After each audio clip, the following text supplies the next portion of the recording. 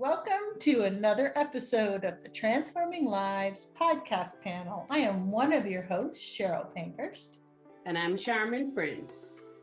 And we are here to solve the problems of the world one episode at a time. Be sure to smash that subscribe button, review, and download. And don't forget to invite a friend. Let's go. Welcome to the Transforming Lives panel podcast. And we are so grateful you're here to spend some time with us today. And it's a smaller panel today, but we still have lots to say. And we're going to start off with a grounding as we typically do. So if we could just close our eyes, let's just settle in. You have decided to take some time with us, so maybe we could just be a little more present with this grounding. And just breathe in, deep breath, belly breath, in through the nose. And let your day go, exhale.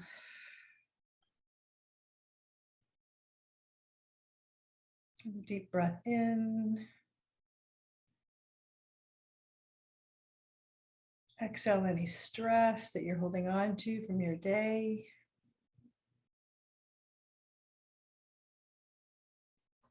Inhale acceptance and no judgment, and just embrace what's going to happen for the next few minutes. And exhale what is not serving you for today. Thank you. Awesome. So I think today we're going to chat about divorce. And I have a funny feeling this is going to be in more than one podcast episode. I was just going to say, I know divorce is one of those topics that can go on and on and on. Yep. Having been there and done that. Me too. Twice. One divorce, 2 marriages, still on the second marriages, so that's good. Well, that's good. No, I'm in that 60% that divorces after the second. Like I've been married 30 years. It's just all accumulative. I'm at 35 years between the two. Just celebrated my 50th anniversary with my second husband. So nice. That's great. Yeah. So divorce. I don't know. I always say to people that the thing with divorce is if both people act reasonably, you can negotiate it out and, get to where you need to be and make it work well for the kids, even though it is a stressful thing. The challenge is, I don't know what it's like in the States, but certainly in Ontario, Canada, the way the legal system is set up, if one person wants to be a bit of a prick, then you know what? It doesn't matter how accommodating the other person is, how much they try and work with them. If one person is offside, then it's going to be a complete piece of garbage because the system is set up. You can just keep fighting and the lawyers are making a fortune. And, so in all of the cases that I do, and I'm a real estate broker and I work with a lot of clients and I specialize in helping ones that are going through a divorce and also working with seniors. And I mean, there are so many times when they're ready to kill each other. And then once in a while you get a situation where it's a couple that they've just realized, you know what, we're not still working well together, but we want to be civilized and let's just part and go our own ways and rebuild our lives. And they're such very differing experiences. Yeah, I agree. And I find that the sad thing, I don't know if this is gender specific, but I find that the women I did and the women I know made some really emotional decisions in leaving that were not smart business decisions. And, in the beginning, like for me, it was just like, just get it done. Just get it done. Just let me out. I don't want the kids to hear this. I don't want the kids to be a part of it. I blah, blah, blah, blah, blah. And I made some really dumb decisions. I worked really hard for 25 years. I was married for 20 years and worked really hard to build our life. And the martyr in me said, nope, I just take it all. I don't care. Let's just go. I don't care. Just so that, and it was not smart. It was not smart. So I think in and a few regrets about being divorced, that would definitely be one of them, where you are getting a lot more, spending a lot more time getting good advice. And that's scary because, like you said, Mitzi, the lawyers, they're just out to like have everything drag out as long as they can, because they continue to get paid. And then if they get the prize and they get to go to court because nobody's mediating, that's that the lawyers are the only ones that win. And it's Yeah. really sad. Um, hmm, Thank you so much for sharing that. I don't have experience with divorce, but Cheryl, you said you made emotional decisions as opposed to financial decision. What are the difference between the two? Someone listening. So I would say, if I had have really thought about it, hindsight's 2020, we would have sold the family home together. We would have taken the profit from the family home. The kids would have had two different homes. And the support, the financial support that came, I really just begged off a lot of what I probably should have got more of. But I found that the home was the big thing for me, because the kids, he still has that home. And the funny thing is, that was my dream home. Had to twist arms to get to this dream home. And, even just moving into that home, I thought would repair our relationship. And that doesn't happen. It doesn't happen. And so it's those decisions where you just say, I just don't want to fight with the kids. I just don't want to hear. Those are the emotional decisions, as opposed to sitting down with a financial advisor and maybe a mediator and say, this is what it's going to look like 5 years from now and 10 years from now. Not that they get out of jail quickly next week so that you're not dealing with the confrontation. And I'm so non-confrontational that was the appeal to me. Just get out, get her done.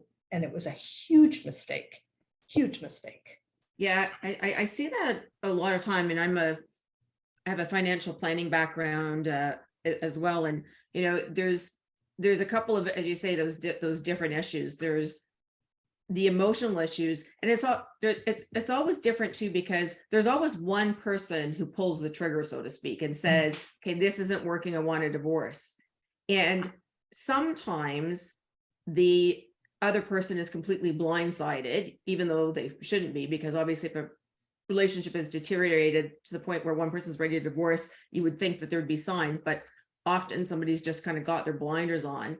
So you can see a couple of different things happen. One is the person who decides that they want to leave, they've had a lot more time mentally to prepare for it. They've been thinking about it and kind of going through that process, where the other person just kind of gets hit with it.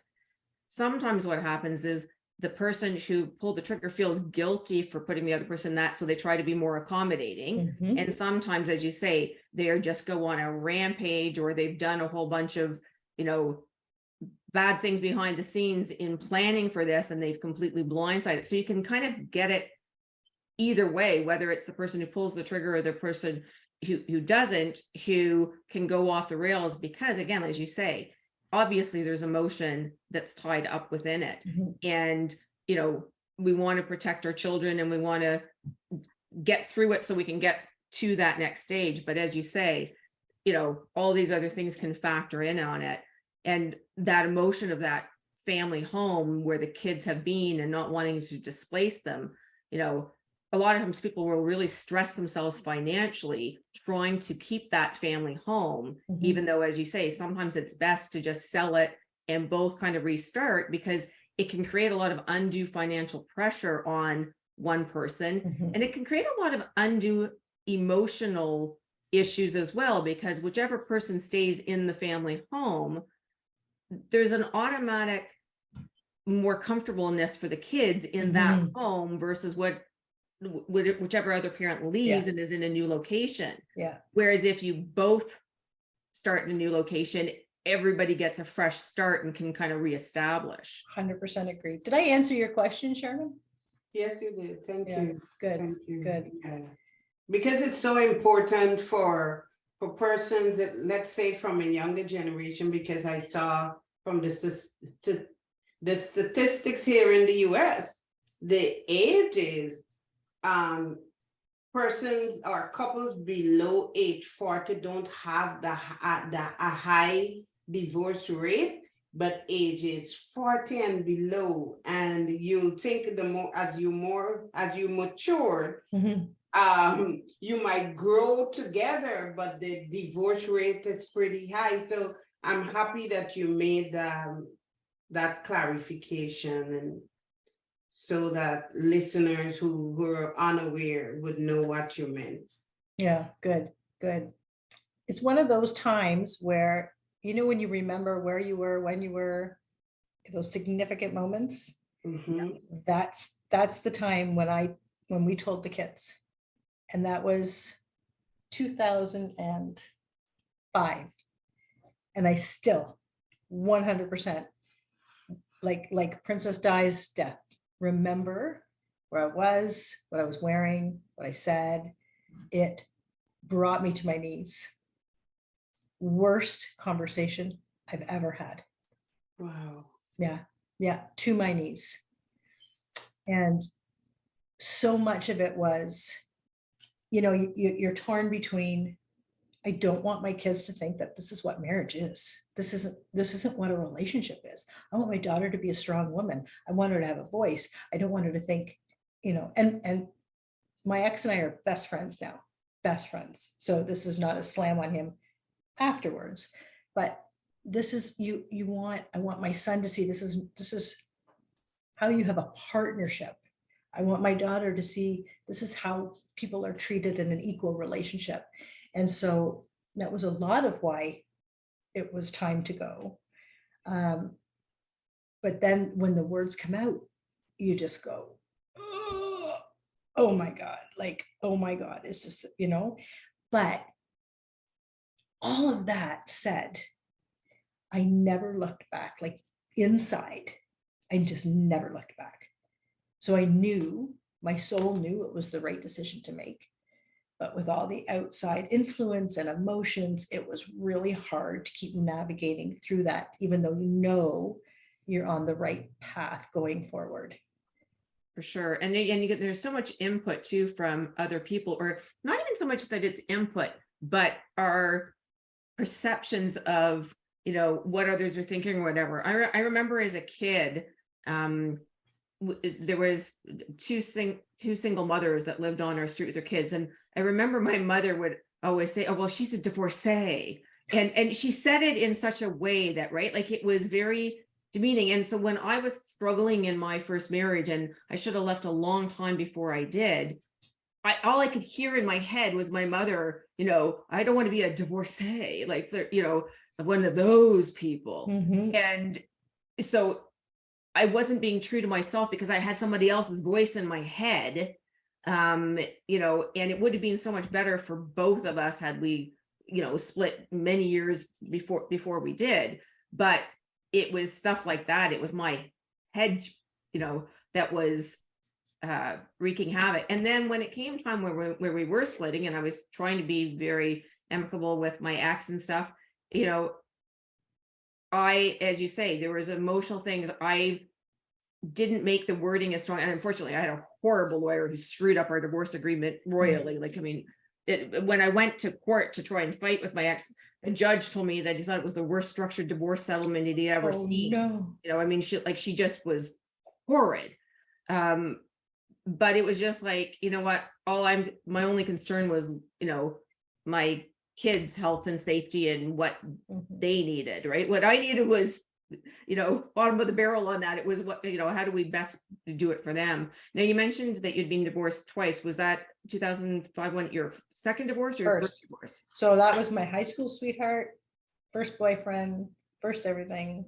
Met when I was 15 and divorced when I was, I'm going to say 40-ish, 42, around there.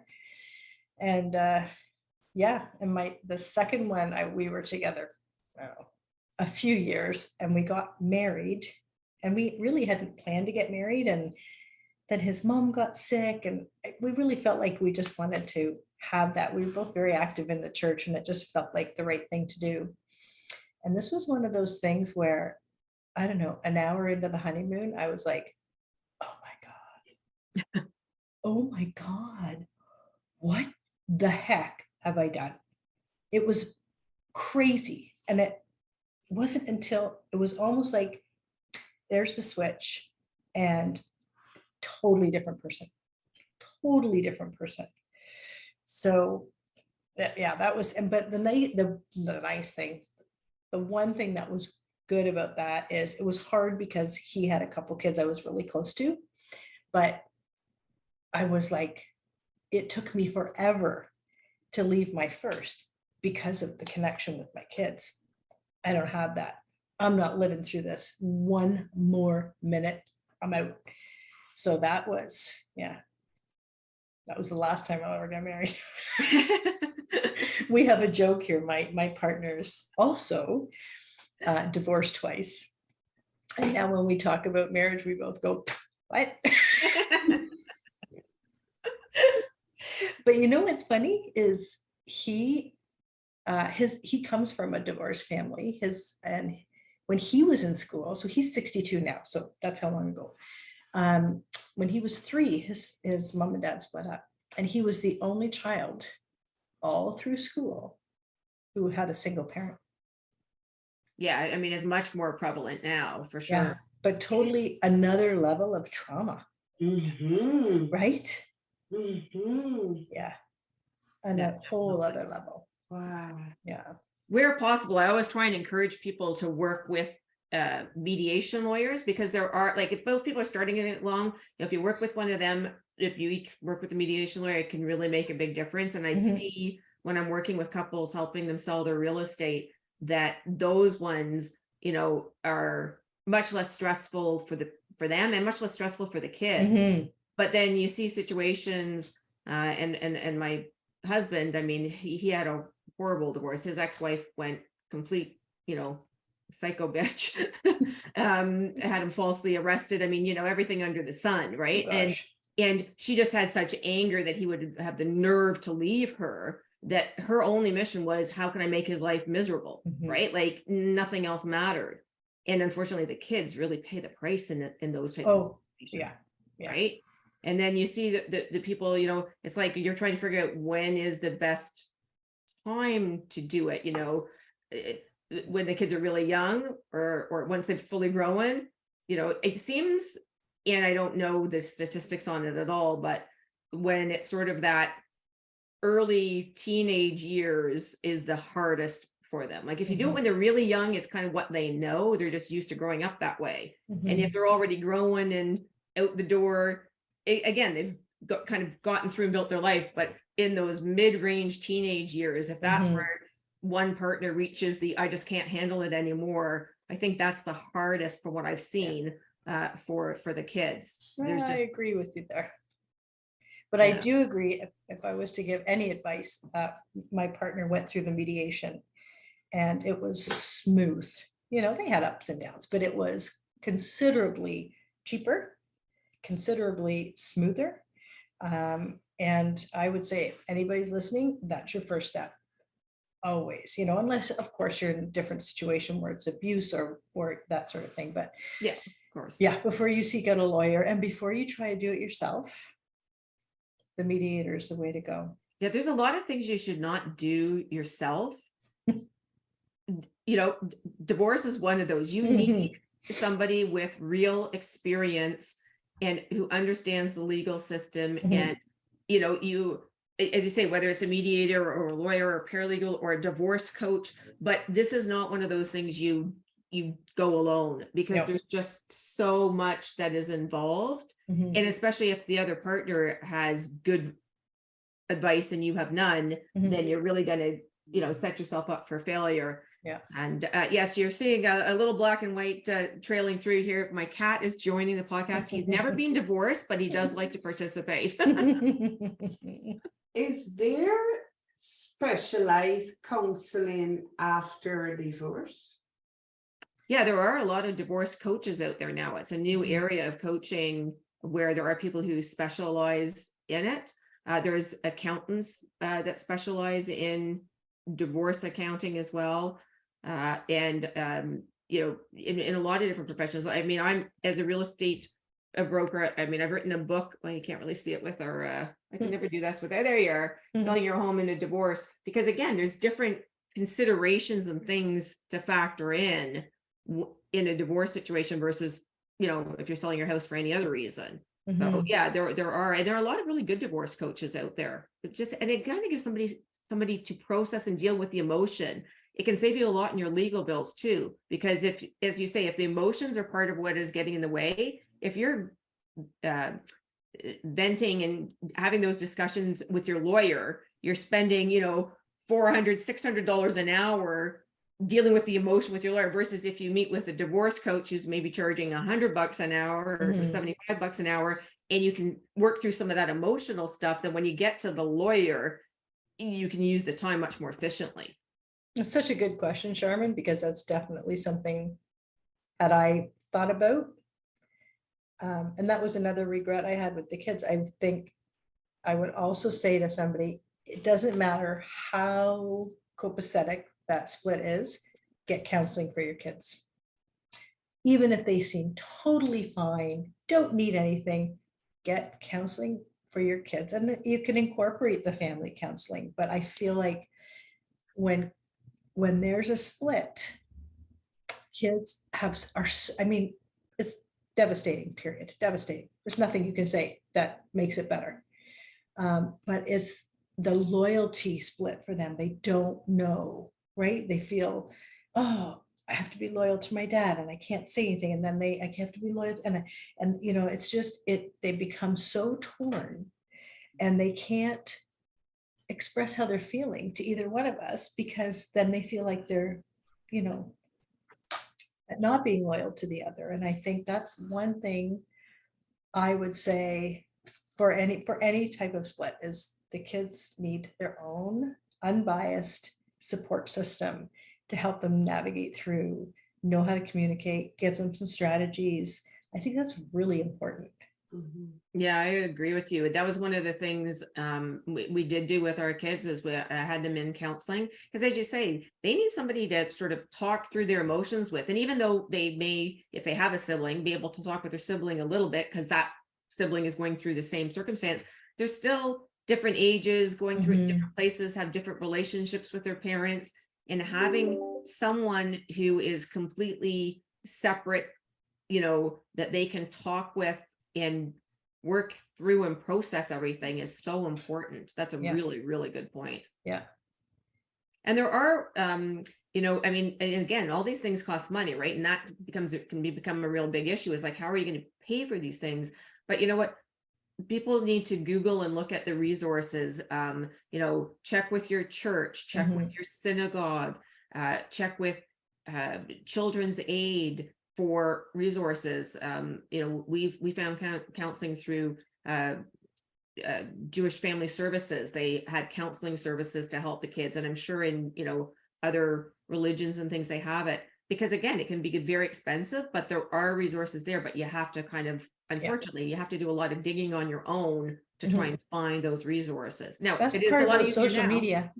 Yeah, I was just gonna say, it is a lot easier now with Google and Facebook and all of those things and reaching out. But even in 2007, it was 2006 when I split, it was, those resources weren't there as much as they are today. Yeah.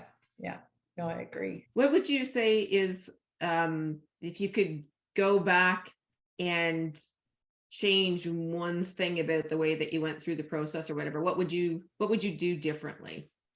And what would you do the same?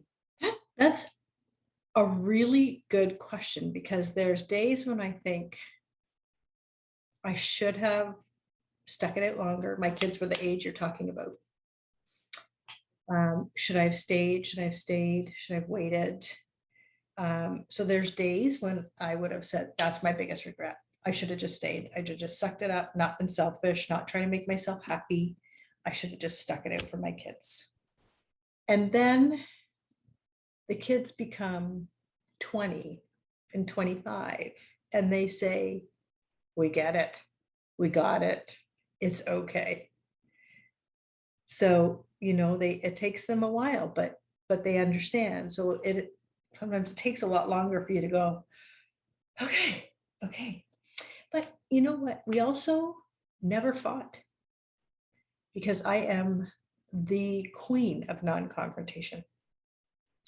And so while it kind of looked like, my ex had a little bit of a temper and a little bit of a, you know, um, it wasn't until probably years later when I thought, like, divorce is 50-50, 100%. But I take way more responsibility because I did not use my voice. I would say, oh, I really don't like when you do that. Oh, this doesn't make me happy. But it wasn't till the marriage was over when I would stand up to him and say, no, that's not happening. This isn't happening. And he would say, oh, now you have a voice. Mm. And he's right. He's 100% right. And so I still have to check myself. I am 58 years old and this is my third relationship. And I'm telling you, I still have to check myself and make sure I'm using my voice. I think that's a really good point too, is, taking that time to think about and analyze and look at what were the issues in the marriage.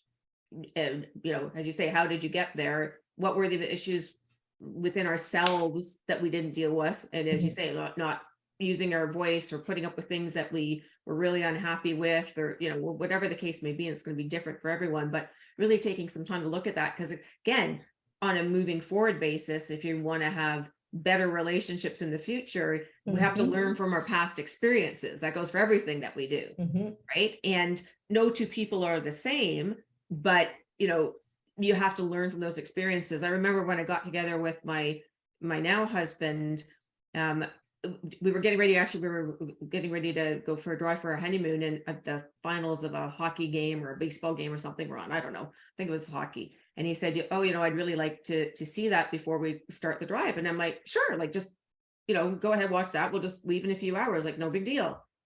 And he's like, no, we'll go now. And I'm like, why? Like, you want to watch the game? Why don't you just watch the game and then we can go? Like, it's no big deal. He goes, because it's going to come back and haunt me. And I'm like, what do you mean?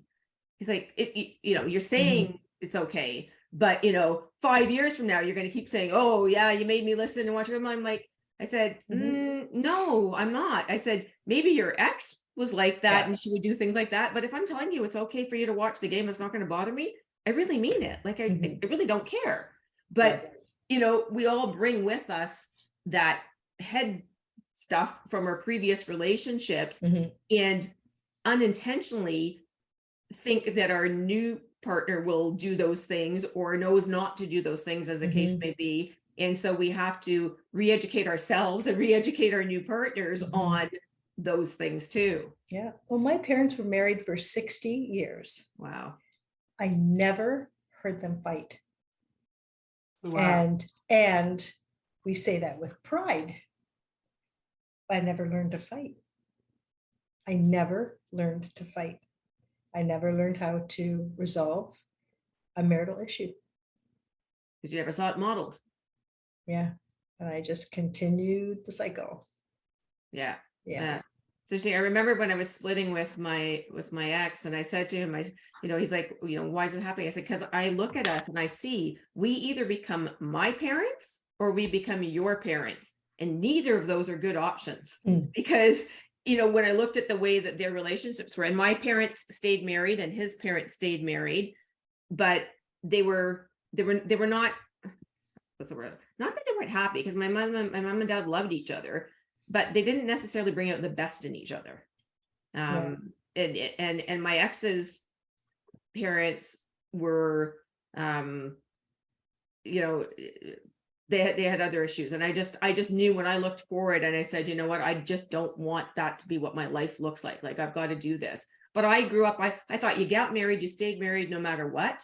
It was a commitment. It was a lifelong commitment. But then it got to the point where it's like, you know what, like, I don't want to be punished for the rest of my life for this. Like, I deserve to be happy. And as much as, this is a mistake I made, I deserve to be happy on a going forward basis. So I got to suck it up, buttercup, and make Yeah. a change.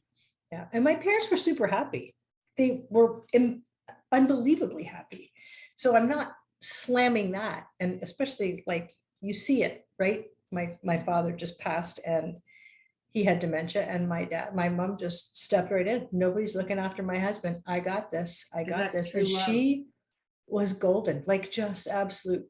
I couldn't have been more proud of her. But my only point is it worked for them and it was great for them. I just never got the skills, which was really tough. Yeah, I think we all aspire to wanting that Mm. burning love that, lasts forever and stuff like that. But I think things are more complex nowadays than they were maybe 30, 40 years ago. That people are more fast paced and don't have the patience. They have the attention span of a goldfish nowadays, right? So when a blip in the road comes, people like you do have to work at relationships. Mhm. Every relationship, be it with your parents, with your siblings, your spouse, your kids, relationships take work. Nothing's smooth sailing all the time. Mhm. And you have to be willing to invest. But are sometimes situations where you just have to say, you know what, this isn't working and need to go a new direction Mhm. and accept it and move on. Cheryl, I just want to go back to you. It is so important that you highlighted. I never saw my parents or heard my parents argue. So I don't have conflict resolution skills and I don't know how to use my voice to stand up for myself. And I'm happy that you raised that because oftentimes when we get into relationships, we forget that some of the behaviors that may be causing the conflict in the relationship has its roots in our childhood Mhm. traumas, right? Yeah. And it is so important to resolve them in order to have healthier relationships. So I'm so happy that you raised that because it's not something we talk about. And it's not an issue that we highlight and raise awareness of the importance of processing those Mhm. childhood experiences so that we can have healthier relationships now in our adulthood. Thank you for that. It took me so long to figure it out too. So long. Long after the divorce. It was Wow. almost like, the frying pan over the head, like, oh, I think this is my fault. And yeah. Yeah, my parents never really fought either. My dad was a yeller. So if my dad was upset, he would yell. But my mom was a very easygoing. And you know what? I'm like that. Like I'm easygoing. And my first marriage, my ex, he wasn't a yeller. We never fought. It was more just there was just so many different other types of strain on the relationship. Mhm. I often say it was like a dog chasing his tail. He just kind of couldn't get it together. And I just couldn't keep going on that path. But as you say, like what we pick up from our parents, like I said, my mother and the word divorcee, like that's all I could hear when every time I thought about telling my Mhm. ex that I wanted to leave, I just heard that voice and oh, my mother's going to be disappointed in me and I'm going to be one of those people. Yeah. And I stayed probably 18 years longer in a 20-year marriage than I should Mhm. have. I mean, like I really, I Yeah. really stayed longer than I should have. Oh, the sense of guilt about making my kids a statistic still sits with me. Still sits with me. And even now they will say, Mom, it's fine. We're fine. We're good. But it still sits with me. It's hard. Yeah. Mhm. I feel like we could talk about this forever. Do we, any more questions? Anything else you think we should? No, I think I would just say to people, if you are in a situation where you are starting to think about divorce, don't just jump in and act emotionally. Take some time, do some research, think things through, talk to some people because it is a very emotional thing and it's a long process and it has Mhm. real highs and lows and emotions. And as you say, maybe, spend some time kind of building and getting those resources in advance. And if you are the person who your partner comes to you and says, hey, I want a divorce, then again, get yourself some resources, start to deal with it, and find somebody to talk to who isn't a friend or a family member or something, because again, that third party who can just kind of help you process and work things through, I think is so important. I So feel like we could, oh, sorry. I Oh, was no, just gonna say, I was feel just like gonna we say, could get them- maybe next episode talk about another layer of this, like maybe we talk about advice for the kids. And, see if we can, what do you think, Sherman? Yeah, and the importance of resources, like we can offer types of resources that you can access if they're support groups, social media support groups, if they're pre-divorce counseling, I don't know. We can, because we can provide that information, because I'm listening and I'm thinking, what if someone is listening and is planning to get divorced but don't know how? What resources, who is the first person in line? Can we create 6 steps for them for the next time? Who do you speak to first? And if you Right. follow these steps, this can be a very good guideline. Yeah, that's a really good point. I like that. Yeah, we'll put together some resources and address that in our next podcast. Good. Great. Well, thank you for sharing. This is really fun. And thank you for joining us in the Transforming Lives podcast. And we will chat with you next time. And that's a wrap for the Transforming Lives podcast panel, where we strive to embrace, inspire, and empower our community. Be sure to subscribe and download. Also, don't forget to leave a review and check the show notes for resources and contacts for all of us. Thank you for listening and see you next time. Thank you, Sherman. Thank you, Cheryl.